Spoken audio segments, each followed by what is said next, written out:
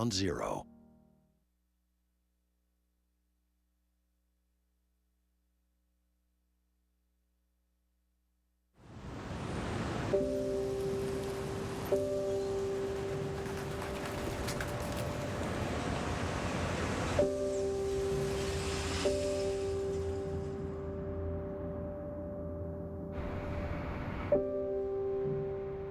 My son Jonathan, 29 years old, fireman, married, 2 little boys at the time, called me every single day.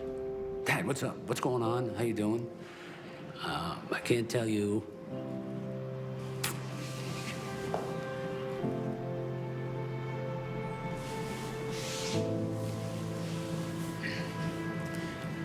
I can't tell you how I miss those calls.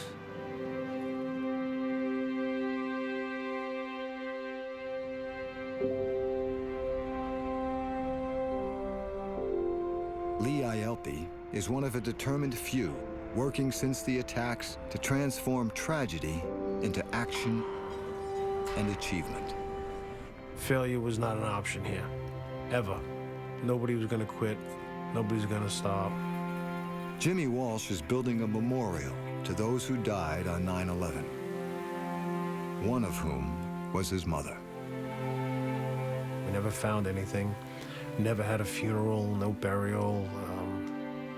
It was like she just disappeared. My family's never been the same since. Our loss on 9/11 was so profound that it required a response of strength and optimism. Architects and engineers, planners and builders, rescuers and survivors have come together to fulfill a vision for the new World Trade Center.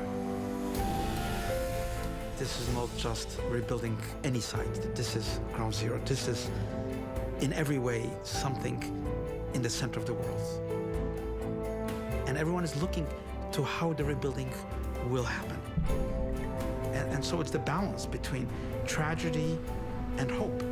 It's the balance between the memory of what happened and also using the opportunity to create a 21st century New York. This is our new city. Soaring skyscrapers, a gateway for the world, a museum to remember the past, and a memorial to honor the fallen. With this city, America is rising. You're starting to see life in this hole that's in the ground. And now people are amazed by what's going on here when they walk by. They want to see and they want to take pictures. And now you're starting to feel good about it again. 50 years from now, when none of us are around to tell the story, people from around the country and around the world will come and look and say, they did it right. I want the world to really understand what really took place here. There's hope now, and I go to sleep every night, and I'm at peace, because it's happening.